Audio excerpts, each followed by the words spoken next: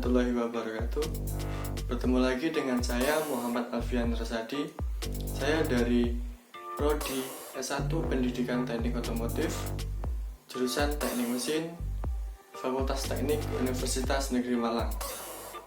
Dalam video ini ada dua gambar yang akan dibahas. Yang pertama tentang hukum termodinamika pertama. Kemudian yang gambar kedua yaitu tentang proses reversible. Baik, bagaimana penjelasan mengenai dua gambar tersebut? Langsung saja kita lihat videonya. Baik, untuk gambar ini yaitu tentang pekerjaan listrik yang dilakukan pada sistem adiabatik sama dengan peningkatan energi sistem.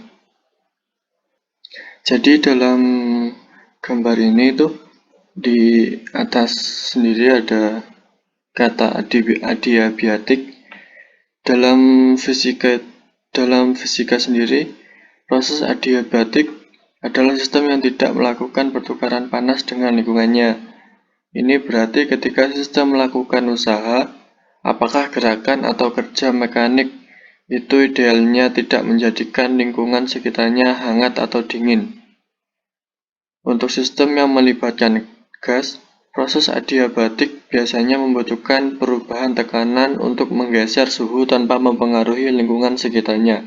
Dalam atmosfer bumi, massa udara akan menjalani ekspansi adiabatik dan mendingin, atau mereka akan mengalami kompresi adiabatik dan memanas. Jadi dalam pengertian adiabatik itu sendiri bisa disebutkan bahwa adiabatik itu adalah sebuah sistem yang tidak melakukan pertukaran panas dengan lingkungannya. Jadi tidak bisa menerima atau mengeluarkan panas untuk atau ke lingkungannya. Kemudian pada gambar ini ada sebuah baterai, kemudian jika di contoh gambar itu ada sebuah ruangan terisolasi yang dipanaskan oleh pemanas listrik. Nah, jadi sebagai hasil dari pekerjaan listrik yang dilakukan, maka energi sistem akan meningkat secara perlahan, akan masuk ke dalam ruangan terisolasi ini. Nah, sebagai sistem dari pekerjaan listrik yang dilakukan, maka energi sistem akan meningkat secara perlahan. Kenapa bisa terjadi seperti ini? Nah, karena sebuah sistem bersifat adiabatik dan tidak dapat memiliki transfer panas ke atau dari lingkungan.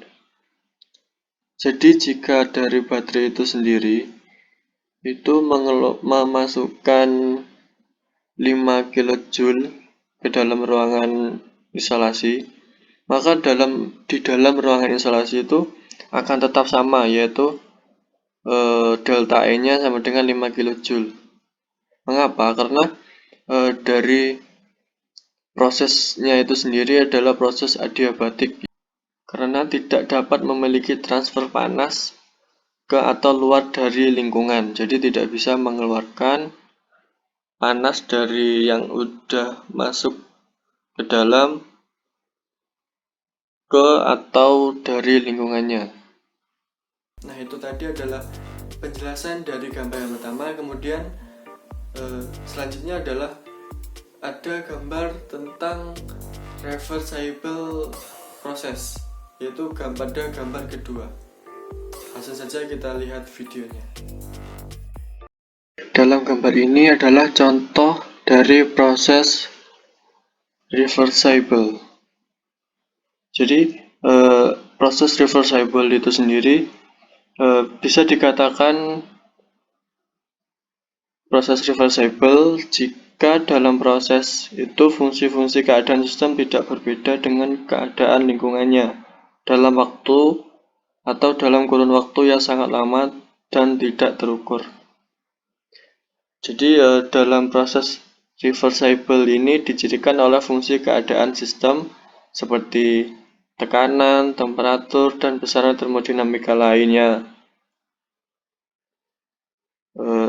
pada proses reversible, seolah tidak ada perubahan baik sistem maupun lingkungan. Besaran-besaran termodinamika tidak berbeda antara sistem dan lingkungannya.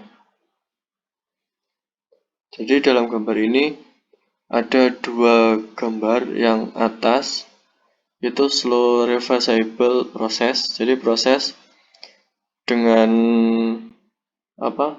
sistem atau dalam prosesnya itu tidak secara konstan atau cepat.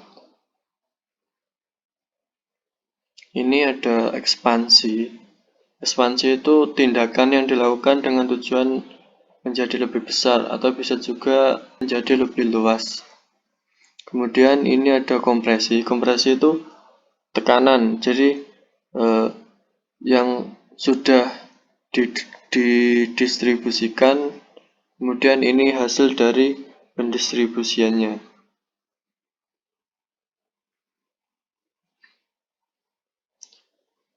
Untuk contoh proses reversible dalam gambar ini itu menggunakan percobaan air. Nah, dalam percobaan menggunakan air ini yang diambil yaitu proses perubahan volume airnya. Jadi volume air ini ditambah hingga dirasa cukup. Nah, maksudnya bertambahnya volume air akan menaikkan tekanan sistem pada dinding-dindingnya. Karena kenaikan tekanan sistem sangat perlahan, maka perubahan tekanan sistem tidak berbeda secara signifikan dengan tekanan beban dan tekanan udara luar. Jadi dalam proses kenaikan tekanan ini kan yang A ini slow reversible process, jadi tekanannya ini bertahap sedikit demi sedikit hingga sampai ke compression yang di gambar ini. Kemudian untuk yang bawahnya yang B itu fast irreversible process. Jadi bisa dibilang kecepatan tekanan dari prosesnya ini lebih cepat atau lebih konstan. Jadi konsep proses reversible mengarah ke definisi efisiensi hukum kedua untuk proses aktual, yang merupakan tingkat perkiraan untuk proses reversible yang sesuai. Ini memungkinkan untuk membandingkan kinerja berbagai perangkat yang dirancang untuk melakukan tugas sama berdasarkan efisiensinya. Jadi semakin baik, maka semakin rendah irreversibilitas dan semakin tinggi efisiensi hukum keduanya. Kita mungkin tidak pernah dapat memiliki proses yang dapat dibalikan, tetapi kita dapat mendekatkannya. Jadi semakin dekat kami memperkirakan proses yang dapat dibalik, semakin banyak pekerjaan yang disampaikan oleh perangkat penghasil pekerjaan atau semakin sedikit pekerjaan yang dibutuhkan oleh perangkat yang memakan waktu. Jadi lebih cepat. Baik, itu tadi adalah video penjelasan gambar tentang yang pertama yaitu hukum termodinamika pertama, kemudian gambar kedua yaitu tentang proses reversible. Mungkin hanya itu saja yang bisa saya jelaskan, kurang lebihnya saya mohon maaf. Assalamualaikum warahmatullahi wabarakatuh.